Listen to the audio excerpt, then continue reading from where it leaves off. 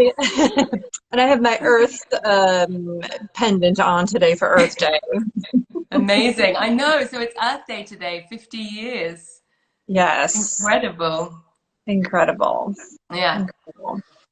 So, Great day to kick off your podcast. yeah, I know. It feels fitting. It wasn't planned that way, but I'm happy it's how it worked out. Um, So thank you and welcome everyone to Going Conscious. This is the first episode of a new podcast series that I'll be hosting every Wednesday. It's on Instagram Live, and I'll be chatting to someone who's really inspiring and impactful, who has taken a path to living and working more consciously. And we'll be hearing their stories, their personal stories about transformation, about life and work, and also about opportunities and challenges and what success really means to them now. And I think this is a super important conversation for us to be having, as a lot of people, I think, are moving towards wanting to live maybe more aligned with themselves and their values. And I hope to bring some inspiring stories of people who are doing that, living true to themselves and consciously, but also making a positive impact. So that's what this podcast series is all about. I'm Nikki Trott and I'm hosting it, and I'm a coach and mentor for conscious entrepreneurs who are looking to start their new thing. So that's enough about me. I'm really happy to be joined by Gretchen on my first episode. And Gretchen is really a fashion industry heavyweight. She was assistant professor of fashion marketing at Parsons for 10 years, has worked with so many of the top brands that I couldn't even count. So yeah, welcome, Gretchen. Thank you so much, Nikki. It's so great to be here and celebrate Earth Day with the launch of Going Conscious. So thanks again. Thank you. So today, our topic that we wanted to talk about is called Too Hungry for Fashion. But first, I just want to explore a little bit more about you, Gretchen. So is there anything else you want to add to the intro or about you and what you've been doing? Yes, yeah, my career has been long and a very interesting path. You know, everything really always led to the next. And spending the last, well, 10 years, for 10 years, I was working in New York and in Europe and all over the world as a professor. And I really loved the opportunity to do research and to really have my finger on the pulse of changes and also what the future of fashion was all about. And in 2014, I went through yoga teacher training. And that, you know, my teachers had said that at that, you know, for them, yoga teacher training is cleaning off the mirror to yourself. And after that experience, when I started to recognize and realize I wasn't living with balance, it was 99% work. I recognized, okay, hold on a minute here. Let's bring some balance into my life. And at that point, I returned to Parsons, stepped down from being full-time in order to really have more impact again back in the industry. So for the past 5 years, I've been doing a combination of teaching and consulting with emerging fashion designers in the beauty space a little bit, and then also in wellness. Mm-hmm. Okay. So what was that shift like for you then, when you moved from being full-time in Parsons and then you had the experience doing the yoga teacher training, the desire for more balance, and then splitting your time between Parsons and working more in industry and consulting companies? Yes, you know, I always felt that it became a circular system. The research that I was doing and having conversations in the classroom really impacted the work I was doing in the field, and then the work Yeah. in the field was able to bring it back into the classroom. At this point, I'm no longer teaching for Parsons, but using those coaching skills and still experience and currency to consult with other fashion brands. Mm-hmm. Yeah, and you know, I really wanted to be able to inject the tenets of wellness into fashion. And for me, my field is marketing and business strategy. So my lens of viewing wellness and impacting the marketing end, the connection to the consumer, um, kind of like this kindness and compassionate uh, consumer brand connection is really where I sit and where my specialty lies. Mm. Okay, so how has that been for you bringing wellness into fashion? Has that has that worked, or what's that look like? I think it's the impact and the properties of listening, I think, are even more important on this day in 2020. Mm. It's not about engaging with your consumer. It's not about discount, discount, discount. It's about embracing the emotional aspects of your customer and recognizing that they have dreams. And where does your business fit? Where does your brand fit in helping customers fulfill those dreams? And I do think that that's always been part of it in fashion, but again, I also feel a little bit challenged about selling and about you know, pushing product out into the world. There's a lot in circulation right now. So that's always in the back of my mind. Do we need anything else? You know, I'm in the industry of selling product, but on the receiving end as a consumer and also just as a fashion leader, I do question that quite often, and really specifically in the past 60 days has Mm. been this kind of confrontation with that question. Mm. Okay, so as a fashion leader, you're used to selling product, pushing product out, but you're questioning, do we really need anything else? And that's become even more apparent than in the last 60 days. Yes, with Neiman Marcus just announced bankruptcy, consumers have basically all but stopped spending on anything non-essential. Mm. Retail sales were down 50% in the States in the month of March. And in other countries, they're down. I read in Peru, it's down 95%, any purchase of fashion. Wow. So consumers, and also it's interesting because even at the celebrity level, so you saw at the Academy Awards how many women were saying, I'm not buying anything new. I'm going to be wearing the same dress. Like Saoirse Ronan created an opportunity to restructure her gown and wear it to multiple events. Um, so you know, from the celebrity level on down to the general consumer, we're all looking in our closets and recognizing, yeah, there's a lot in circulation. We have Mm. we have everything we need. And, Mm. and we're sitting home now and realizing that. So this is a really pivotal moment for asking that question. What more do we need? And I mean, on the flip side, it's our economy, it's the economic structure of our world, and to have money in circulation is part of what we need to, I don't know, keep the economy spinning versus just Mhm. keeping the earth spinning. Mhm. So balancing that around keeping the economy spinning, but also what we want to do that's right for the earth. Exactly. Yeah, and I've really noticed as well in my clients, there's been such an exacerbation in the last 2 months around just realizing what's important and what they really need and what they don't need. And that alone will be really interesting to see how that changes consumers and how they demand from brands what they want to consume. Yes, exactly. And you know, in yoga, the one of the yamas in yoga is aparigraha. And the tenet of that is non-attachment. And when we talk about like my dress, my necklace, my car, my home, it's creating the identity in a false way.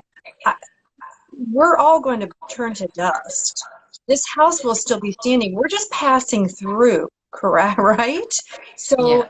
someone else will live in this home. Someone else will hopefully have my car.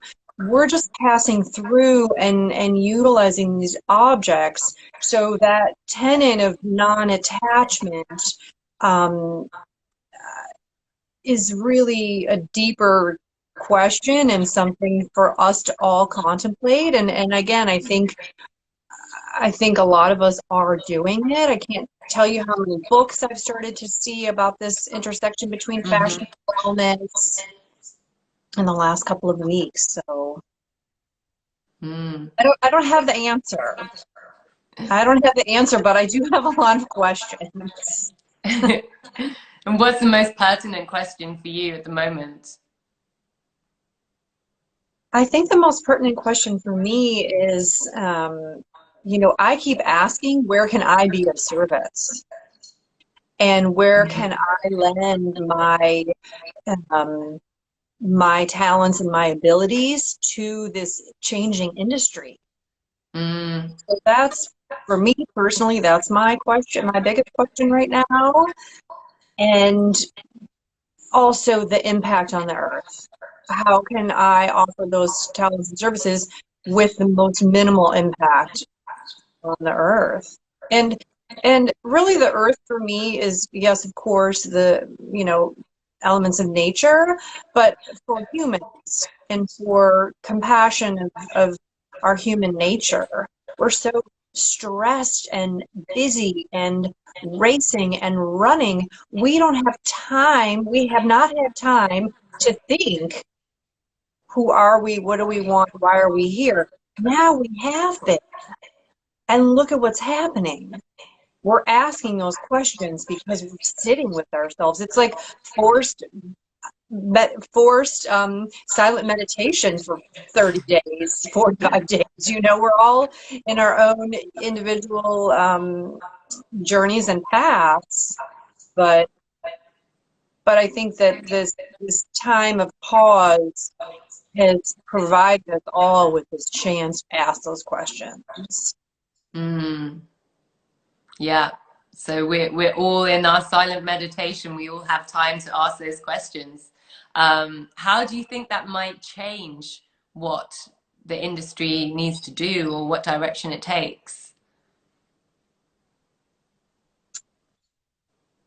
Again, I think it's listening. It's building an even stronger connection with your community. As soon as as soon as businesses shut down, that was my immediate thought. And I even told clients, I said, this is the chance. This is your time. Spend time on getting to know your customer. Spend more time. This is all you need to do right now is embrace them and learn about them and understand who they are and what they want. Mm. And form those communities and provide service, not just discounts. Service, not just discounts. Yeah. And how do you think that can help to take us to a place with fashion that's more conscious or more aware of its impact on the earth? Designers are always going to want to design. Designers are creators and artists. And that's the thing. Like, I don't want to get rid of them because they need to create. Like, they're not going to be comfortable and happy in a in any kind of other role. So, I think utilizing, again, materials that are all around you. There's designers in many parts of the world who are doing that, who are just closing and tightening in their supply chain and really working local with the access to materials, with the manufacturing. Everything is in a small footprint. Mm. And I also saw something came up in my feed this morning about it was a call for a subscription box, but she will only produce as many people as who are on the list. And I thought, okay, that's a phenomenal way to eliminate any waste, to be able to go to your artisanal suppliers and say, okay, for this month we have 200, boom, Mm. done. And then for her, she's not carrying any excess inventory.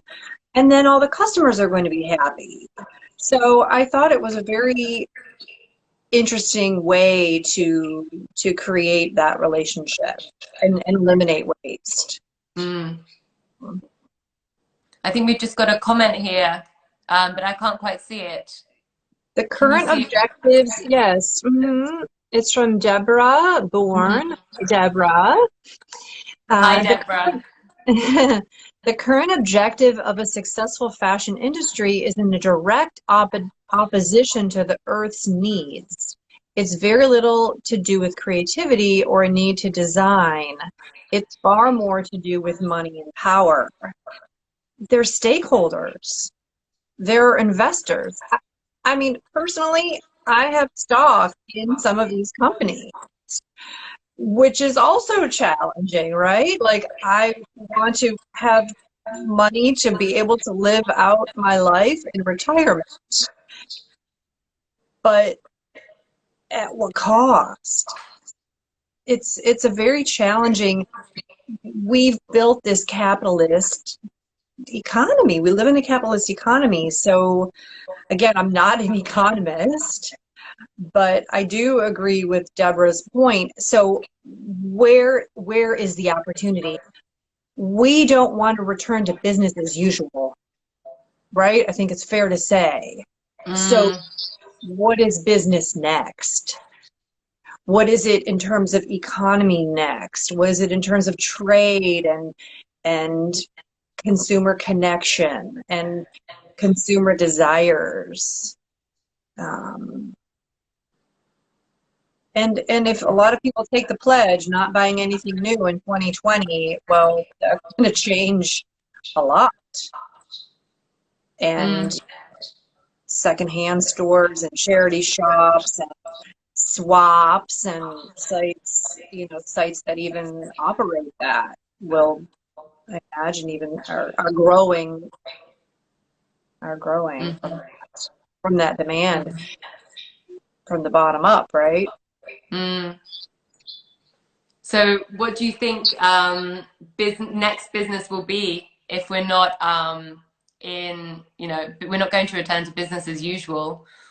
Do you have any thoughts of what that could look like for fashion and how it could help the earth?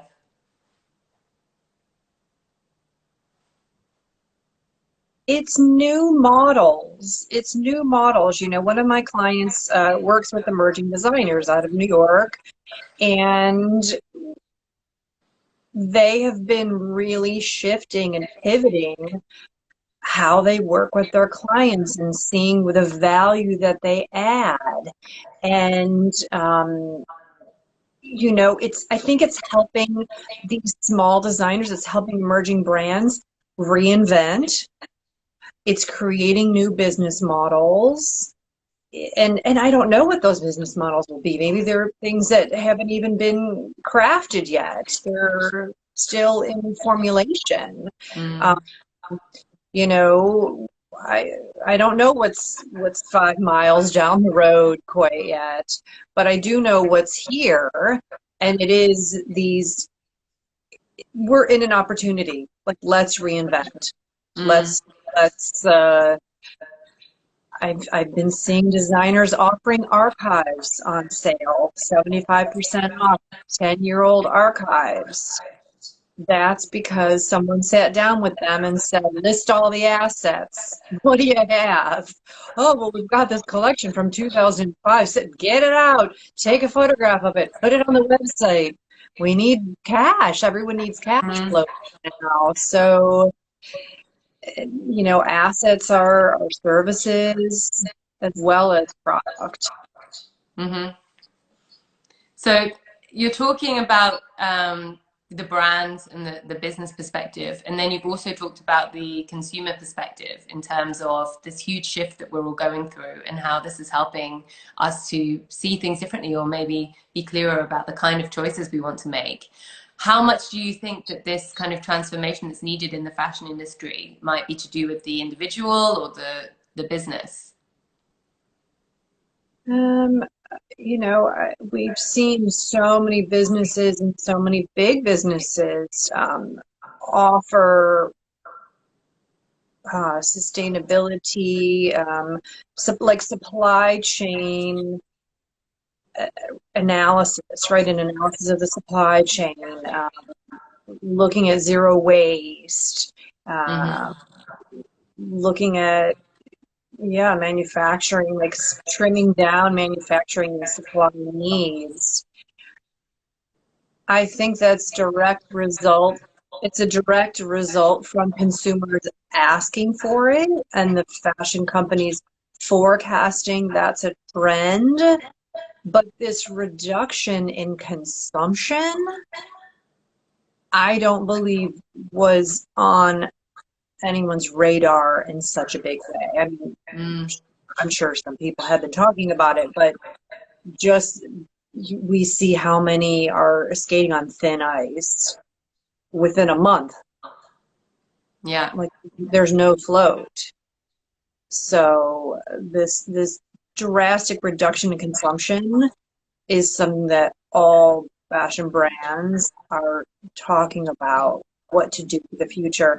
When the stores open back up, it's the end of winter, spring, where you are, we're in change of season right now. No one's going to be shopping. So I don't have the answer, but I do feel for everyone. I feel for all of us. I feel for all of us as consumers, and for the fashion companies. But there has to be an opportunity to meet in the middle. There has to be. So meeting in the middle, is that what you think might be the solution? Or because I remember we've spoken about this before, about this perspective that, where does this desire to consume come from? And it doesn't come from a happy place within us. It comes from a place of suffering, of feeling insignificant, or that you're not enough, or comparing yourself to others. And this drive in our society to continue to consume and to have newness in fashion all the time. But once we start going on a journey within ourselves, once we start that meditative silent process, which we're all experiencing now, and we start to understand more what we have within, then I believe there's a real opportunity there to completely change how we consume, or what's important to us. I 100% couldn't agree anymore. I think that question of does this object bring me joy is false. That's something outside of you. I would ask, does that object serve me in any way? Mm-hmm. But looking for the internal, looking for joy internally, looking for fulfillment internally, not externally, with these layers and layers of things that we bring around us. The process of consumption has just built this layer, and it's not, that layer has prohibited us, many of us, to seeing what's inside. Wow, yeah. Not just this bring me joy, but does this serve me? Yeah. So if we take this back to you, in your personal journey, then I'm wondering if so as you've changed from being a professor at Parsons and then going on your path to looking at how you want to live more consciously, was there a single moment for you that kind of catapulted you down this path that you can think of? Yes, I mean, I would definitely say it was yoga teacher training. Mm-hmm. And it's funny because I fell into it. I only joined to find community and to create new connections. And I took it in Nice, France, where I was really fortunate to be spending my summers when I was working in New York. And after that experience, through that experience, it was a month-long intensive. Through that month, I really was sitting with myself and reading through the yamas and the niyamas and asking myself, like, wow, and seeing where I was happy and where I was really struggling. And so that was a very, very pivotal moment. I mean, I went back, and the next day I handed in a notice. Wow, the next day.